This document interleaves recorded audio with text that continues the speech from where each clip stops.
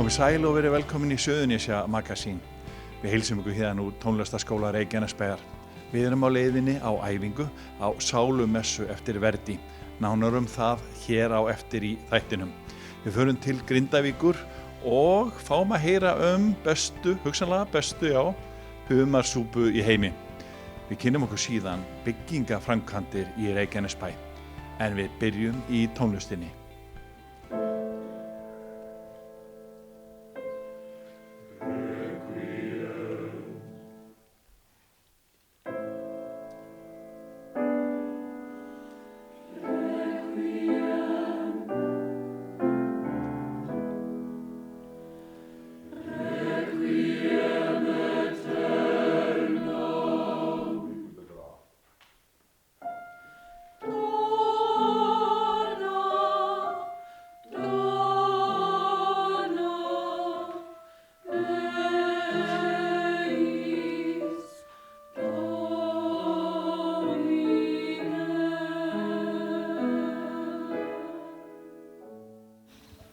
Jóhann Smári, Sálumessa eftir Verdi.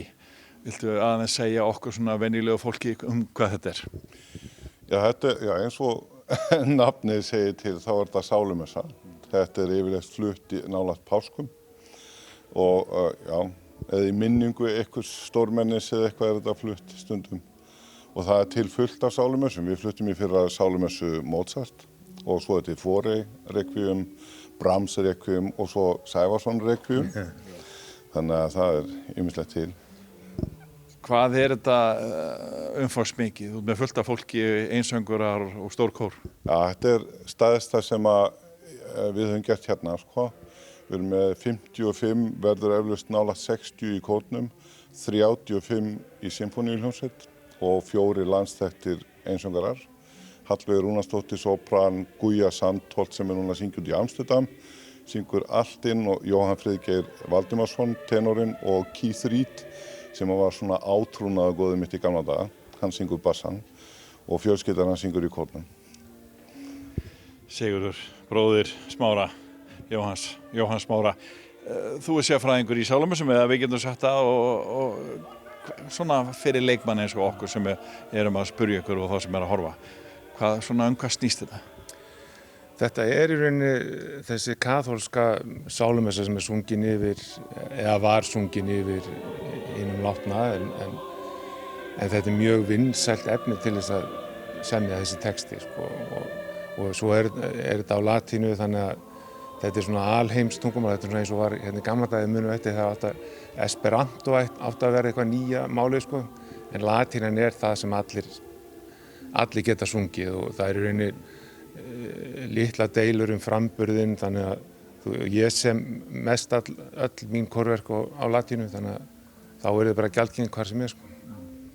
Þannig að þegar þú ert að semja Sálumessu, þú ert búin að semja 2, hvað í huganum? Já, sko, fyrri Sálumessa, það var lokaverkinu mitt út í Bandaríkjunum þegar ég var að klára mastersgráðuna. Síðan samt ég seinni Sálumessuna í minningu pappa. Og sú Sálumessa var í rauninni svolítið svona var að endurspegla bara það sem hvernig mér leið í kringu það allt, sko. Þannig að hún mjög svona persónuleg Sálumessa. Ekki mikið drama, en svona meira svona ljúfsár. Jóhann, hvernig að halda svona viðburð? Þetta ekki Friðrik og Jón, bræðurnir Hafnarfirði sem myndu fylla hljómahöllina hérna einhvern tímann, en hvernig að standa í þessu? Þetta vinna og svona, maður svolítið búinn að vera lengi að samfara fólk að þetta sé líka spennandi, en allavega núna síðast Mozart Requiem gekk rosalega vel og Fiðlan á þakinu var fyrir tróðfullu húsi. Verdi Requiem í rauninni stóri bróðurinn frá Mozart Requiem. Hún aðeins lengri, við flytjum þetta með hljé núna og Verdi það svona ástríða í þessu öllu saman og það ekki sama hvernig þetta sungið. Verdi skrifaði þetta meira, þetta hljómar meira eins og ópera hjá honum.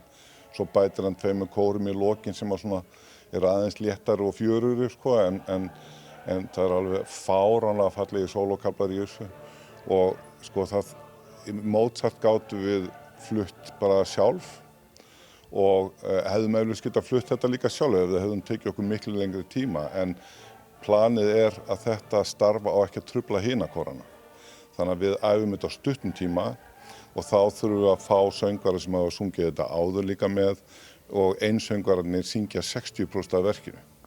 Við erum búin að æfa kórinn síðan í október við byrjuðum þá, tókum reyndar ekki nema 3-4 æfingar og svo eftir áramót. En einsöngvararnir, það eru kvartettar og dúettar og tersettar og aríur og þetta svona, þetta algjört glansstykki, fólk elskar þetta. Þegar það búið að sjá þetta einu sinni þá vill það sjá það aftur og þegar það búið að syngja þetta einu sinni þá vill það syngja þetta aftur og aftur og aftur.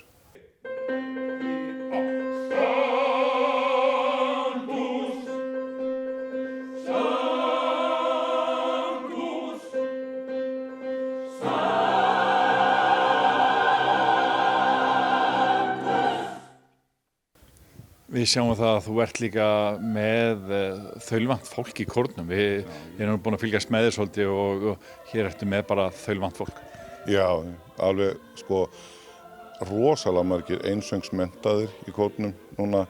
Það eru tónlistarkennarar, við erum með kórfólk sem hefur sungið þetta áður inn í Reykjavík og við erum með svona nokkra úr kórunum hér, töluvert úr kirkjukórnum og kallakórnum og eitthvað úr kvennakórnum og svona að við erum með rosalega sterkan hóp núna og svo Sigga-bróðir líka í kórnum og við fundum fólk sem við vissum ekki að byggja á svæðinu eins og Manfred Lemke sem alveg svakalega flottur bassi, söng Sarastro í Töfraflötunni í gamla daga og hann býr hinn út í Sandgerði og þannig að þetta búið að vera alveg rosalega skemmtilegt ferli en þetta mikil vinna og talningi þegar hljómsveitin kemur sko helmingurinn af þeim úr Sinfóníuhljómsveit Íslands og hinn helmingurinn héðan tengdur skólanum þannig að þetta mjög skemmtilegt. Þetta samstarf líka við tónlistarskólanum mjög mikilvægt að við fáum að nota aðstöðuna og þau vera að hjálpa í framkvæmdastjórn og þannig að þetta ævintýri. Svo bara vonum við að Suðurnesjamenn fjölmenni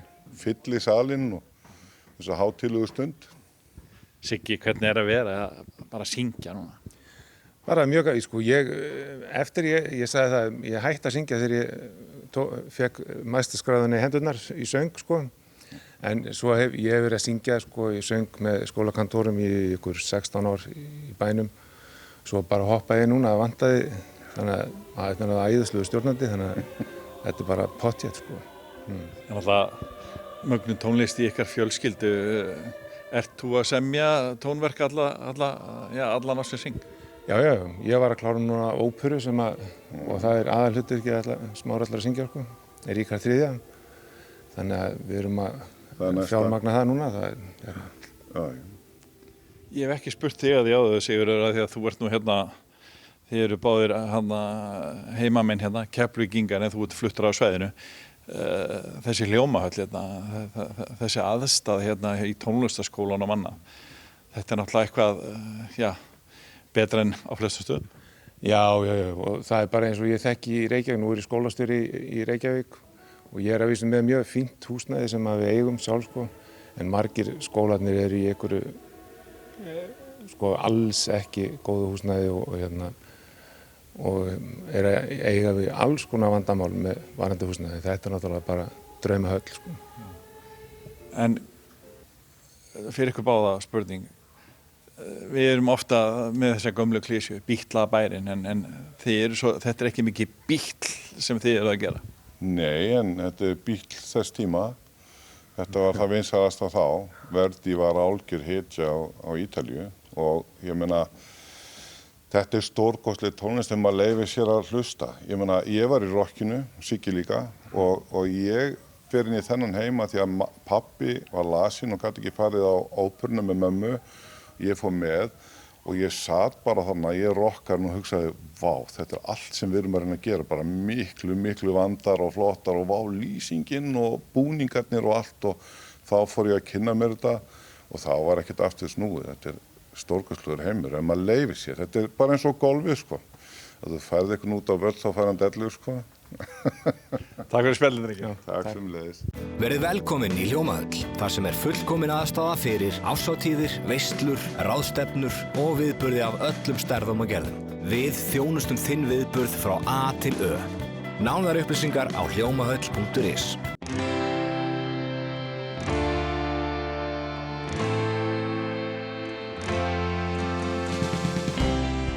Bryggjan veitingastæður í Grindavík og eins og nafni ber með sér við höfnina. Það gerir staðinn mjög áhugaverðan en erlendi ferðamenn eru agndofa þegar þeir standa upp á sölunum, sjá báta landa fisknum sem fer þaðan nánast beint upp í eldhús og endar svo á diski ferðamannsins. Húsnæðið hýsti áður netagerð en hann áttu bræðurnir Aðalgeir og Kristinn Jóhannssynir. Þeir sáu sér leik á borði árið 2009 og opnuðu lítið notalegt kaffihús og veitingastað á neðstu hæðinni. Flaggskipið á matseðlinum var og verður væntanlega alltaf humarsúpa. Hróður staðarins fór að berast víða sem leiddi af sér áhuga aðila sem á endunum keyptu staðinn árið 2018. Hilmar Steinar Sigurðsson einn fjórmenninganna sem eiga bryggjun í dag. Eftir típiska skólagöngu og vinnu hjá Stöð 2 og Íslandsbanka meðal annars uppást ævintýri hjá honum og félögum hans. Þegar við fórum markvisst í að leita tækifærum í ferðaþjónustu þá vorum við 4 saman.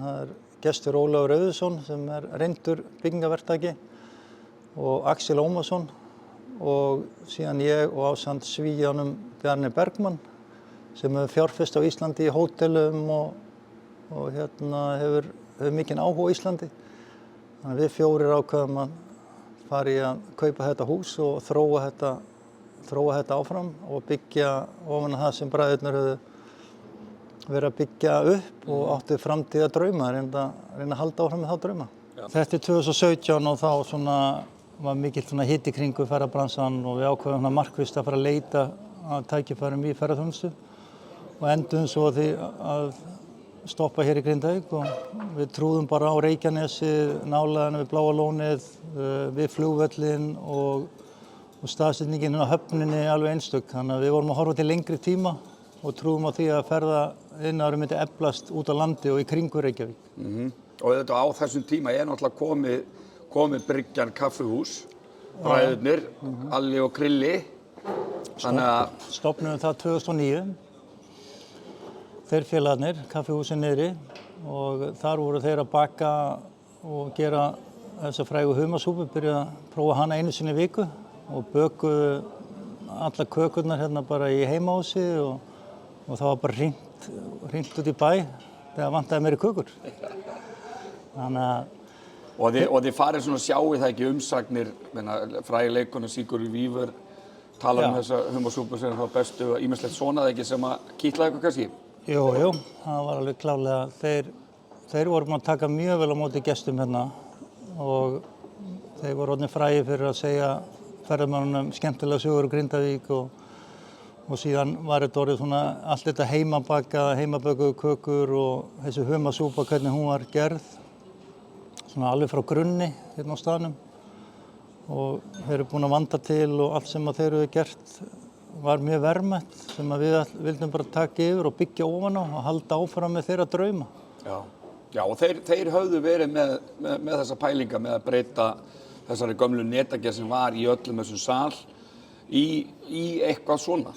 Já, þeir voru svo vinsælir 2017-18 að þeir voru yfir að bara vísa frá því að þeir gátu ekki tekið á móti rútunum og humarsúpan náttúrulega var búin að enda eins og nefndir þessa frægu leikkonu. Hún sagði að það væri besta máltíð sem að hún fékk í Evróputúrnum sínum þegar hún var tekin að viðtali í frægu ferðatímariti. Þannig að þá voru þeir allt í einu komnir á heimskortið, bræðurnir, og þessi fræga humarsúpa. Þannig að síðan var bara raunverulega ákveðið við að byggja ofan á, eins og þú sagðir, þessa drauma sem að þeir höfðu og stækka henni upp í netagerðinni. Þannig að við getum tekið á móti fleirum og það var farið í þær framkvæmdir að taka allt í gegn, skiptum þak, skiptum rafmagn og allar lagnir og allt húsið múrað og svo smíðuð við, erum nýbúin að byggja lyftuhús. En var það ykkar pæling að halda hluta á salnum, er ekki eitthvað, er þetta 1/3 salarinn sem ennþá netagerð? Já, það var raunverulega, sú hugmynd fæddist hjá þeim bræðrum og okkur samhliða, hvort að þeir væru tilbúin að halda eitthvað áfram.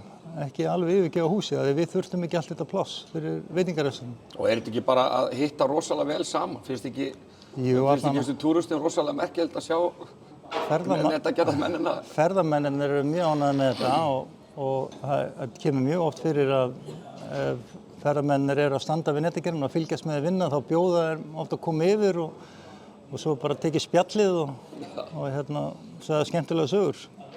Þannig að þetta blandast mjög vel saman. Við verðum samt að setja vegg hérna á milli. Það var alltaf svona, þegar slípurokkurinn fór í gang og svo hefur verið að taka nýjar netatrossur, eða gamlar sem við verðum að gera við. Það kom alltaf hressileg lykt í húsið. Þannig að það var þetta að blanda þessu saman skemmtilega með því að hafa gleri á milli, þannig að tengingin alveg til staðar.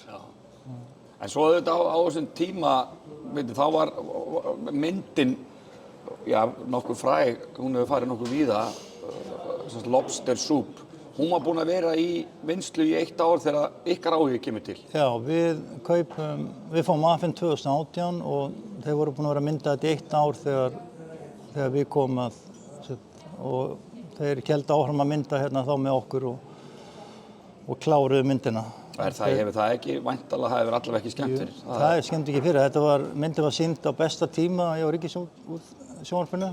Og vísvegar út heim? Já, fengið útnefningar til alls konar verðlauna og þetta er engin hasamynd, þetta er bara svona fjallar hversdagslega lífið hérna á bryggjunni og við höfnina. Framkvæmdum var nýlega lokið þegar vágesturinn COVID kíkti í heimsókn og setti eðlilega strik í reikninginn. Bryggjan náði að halda velli og svo má segja að ljós hafi birst í myrkrinu í orðsins fyllstu merkingu þegar eldgos hófst við grindvísku bæjarmörkin. Síðan þá er Reykjanesið orðinn einn mest sótti ferðamannastaðurinn. Hilmar fór yfir stöðun í dag, hvað bryggjan getur boðið upp á og hvað sé framöndan. Og ykkar konsept byggist bara á því að taka á móti ferðamannunum frá morgni, fram á miðjan dag? Já, fram á miðjan dag. Þetta kemur í svona hópum inn í Grindavík og út úr Grindavík. Það er ekki það mikil gisting í Grindavík og Grindavík er mjög sterkt svona stopp á Reykjaneshringnum. Og síðan eru skemmtiferðaskipin sem að leggja í Sundahöfn, þau eru með dagsferðir, rútuferðir Reykjanesið. Og eftir eldgosið kom og áður en eldgosinn byrjuði hérna, þá erum við bara mjög sterkur hringur. Við erum ekki jafn sterkur og gullinhringurinn, en við erum held ég bara komnir svona í annarsætið varðandi dagsferðir. Og þetta Bláa lónið og allt þetta. Bláa lónið, við fáum mikið að gestum þaðan og auðvitað er góð gisting þar í Bláa lóninu og Northern Light. Það er flott hótelina en þau eru kannski ekki alveg inn í Grindavík. Það þyrfti hótel klálega? Það þyrfti meiri gistingu inn í sjálfur Grindavík. Við held ég sem að stefnum í það að vera mikil svona staður sem er opinn frá morgni og fram til degi. Það er ekki víst að vera kvöldopnun hérna, allan ekki á veturnar. En við sjáum raun og veru fyrir okkur að svona til næstu ára að Reykjanesi er að styrkjast sem ferðamannastaður og allt Reykjanesið og Grindavík er gríðarlega mikið matarkista. Hér er ferskasta hráefni sem að þú getur fengið, kannski bara hérna beint fyrir framan okkur. Landafisknum og beint fyrir framan okkur og síðan erum við að nota mikið svona bara lokal afurur hérna. Og hér eru frábæri veitingastæðir, fullt af þeim í Grindavík. Og það veit ekki allir Íslendingar að því. Hvað er mikið að góðum veitingastöðum í Grindavík og eru svona mikið matarmenning og hún er bara að styrkjast. Og fyrir ferðamanninn hann náttúrulega, það er einhverjir fordómar að þetta sé eitthvað svona fiskimannaþorp, það er bara kostur. Að vera með þessa fiskimanna í mynd og svo er eldgosið hérna við hliðina, þannig að við erum aðdráttaraflið er að aukast hérna. Þannig að við trúum því að Grindavík sé að fara að eflast og þá eflist vantarlega við með henni. Við myndum gjarnan vilja hafa meira af viðburðum og hér er alveg frábær aðstæða til að halda alvöru böll og skemmtilega viðburði. Það er allt til staðar en við viljum svona kannski velja dálítið vel hvað við erum með því að við höfum verið með viðburði og sumt hefur gengið vel og annað ekki, en við erum búin að læra dálítið hvað virkar. En við erum alltaf opnir fyrir nýjum hugmyndum og ef einhverju vill nálgast okkur þá viljum við endilega heyra það. En hér hefur húsið verið stundum vel þétt í tónleikum, hér hafa verið glæsileg brúðkaup, fermingarveislur og alls konar viðburðir og nú erum við nýbúin að taka þessa lyftu í gagnið sem var ekki gott að hafa ekki góða lyftu, þannig að nú allt til staðar hérna og þannig að við erum opnir fyrir hugmyndum. Miðland sem í eigu Bygg hefur fengið heimild til að byggja allt að 986 íbúðir í Hlíðarhverfi í Reykjanesbæ. Aukningin mun fyrst og fremst verða í þriðja og síðasta hluta hverfisins sem mun liggja sunnan þjóðbrautar í Reykjanesbæ. Samningar þess efnis hafa verið undirritaðir milli Reykjanesbæjar og Miðlands. Gera þar nýtt deiliskipulag fyrir hverfið og breyta efsta hluta þjóðbrautar sem vegur sem liggur frá Reykjanesbraut og niður í byggðina í Keflavík og Njarðvík við gömlu bæjarmörkin. Vegna stækkunar hverfisins mun Bygg byggja 120 barna leikskóla sem hannaður af JES arkitektum fyrir börn frá 12 mánaða aldri. Leikskólinn verður staðsettur í öðrum hluta sem nú í uppbyggingu og verður honum skilað fókheldum fyrir árslok. Gylfi Ómar Héðinsson hjá Bygg sagði verkefni byggingafélagsins í Reykjanesbæ hafa gengið vel og jafnvel betur en upphaflega var gert ráð fyrir. Við erum búin með fyrsta áfangan og þar búið að selja allar íbúðirnar. Það voru bæði einbýlishús, parhús og fjölbýlishús og það allt selt og við erum byrjaðir á öðrum áfanga þar sem við munum byggja leikskóla á ákveðnu marki og við erum með í uppsteypu núna 150 íbúðir og getum fara að afhenda fyrstu íbúðirna bara í sumar og svo bara svona þegar fyrir að hausta og svo erum við með þann 11 raðhús líka sem afhent svona mitt árið. Þegar við keyptum landið á sínum tíma þá voru þetta 480 íbúðir og það sem við erum að skrifa undir núna þá munum við fjölga íbúðum í 985 íbúðir. Gylfi segir að í dag sé vont að gera áætlanir, aðstæður á markaði hafi breyst og fólk eigi erfiðara með að fjármagna íbúðakaup. Það sem stendur hnífurinn í kúnni, svo má segja að það vont að gera áætlanir í þessu landi, að þetta upp og niður og því miður það þannig en það fjármögnun hjá fólki, hvernig það mun ganga. Þess vegna vont að gera áætlanir, hvernig þetta mun þróast en svona stefnan hjá okkur að væri ef við gætum byggt svona 100 íbúðir á ári og þá myndi svona heildartíminn héðan í frá kannski vera svona 10-12 ár kannski og svo ef að allt fer betur en áhorfist í dag að þá getur tíminn styst. Framkvæmdir Bygg í Hlíðarhverfi skapa tugi starfa. Ég held að séu svona á svæðinu núna í kringum 60. Sem eru bæði verkefnasmiðir, múrar, píparar, rafverkjar. Já, þetta fyrirtæki Bygg að gera hlutina okkar mati mjög vel. Það fullnaður frágangur á hverfinu, götum og lóðum og trjágróðri öllu og þetta líkar okkur mjög vel. Enda hverfi sá áfangi sem búið núna, fyrsti áfangi, mjög snyrtilegur og fín og við treystum því að áfangar 2 og 3 verði þannig frágengni líka og teljum okkur vita að svo verði. Og hvernig líst þér á þessi áframhaldandi áform þeirra uppbyggingu í þessu hverfi? Bara mjög vel. Við erum mjög ánægð með samskiptin við Bygg og þeir hafa komið svona með ferska og nýja nálgun á uppbyggingu svona hverfa og okkur líst mjög vel á þetta bara. Og þá að fara að byggja leikskóla? Já, nú ætlum við að fara af stað með það í þessum öðrum áfanga sem í uppbyggingu núna. En þegar að hverfi verður orðið fullbyggt eftir einhver ár, vitum ekki hvenær, það að segja annar áfangi sem nú í byggingu og þriðji áfangi sem ekki hafinn, að þá gerum við ráð fyrir að þarna verði risin líka grunnskóli og annar leikskóli. Það þarf 2 leikskóla og 1 grunnskóla í þetta hverfi. Það hefur verið fordæmalaus fjölgun í sveitarfélaginu. Standið þið í þeirri trú að þetta haldi bara áfram á sömu nótum? Já, sko, aðalskipulagið okkar gerir ráð fyrir því. Við erum með háspá, miðspá og lágspá og undanfarin ár þá hefur fjölgunni verið meiri heldur en háspáin okkar gerir ráð fyrir. En auðvitað er þetta svona í einhverjum bylgjum og það hægði verulega á þessu í COVID en í heimsfaraldrinum, en nú er þetta komið upp aftur og til dæmis síðustu 12 mánuðum hefur íbúum fjölgað tæp 9% í Reykjanesbæ og við þurfum bara að hafa okkur öll við til þess að fylgja með uppbyggingu innviða, leikskóla og grunnskóla og annar innviða. Hvernig er þessi mikla fjölgun að snerta innviðana í dag? Bara, það er allt á nippinu sem maður segir, við þurfum að hafa okkur öll við til þess að geta haldið í við þetta.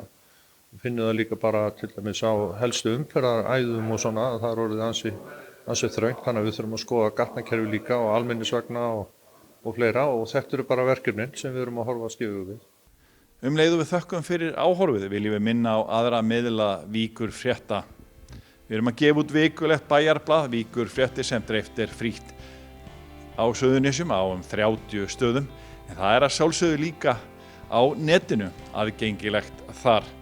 Við erum að skrifa nýjar fréttir á Víkurfréttavefinn vf.is alla daga og sömuleiðis nýjar golffréttir á kylfingur.is. Við ljúkum þættinum með nokkuð skemmtilegum myndum af hvölum hér rétt utan við Keflavík. Við þökkum fyrir okkur, sjáumst á vikuliðinni, verið sæl.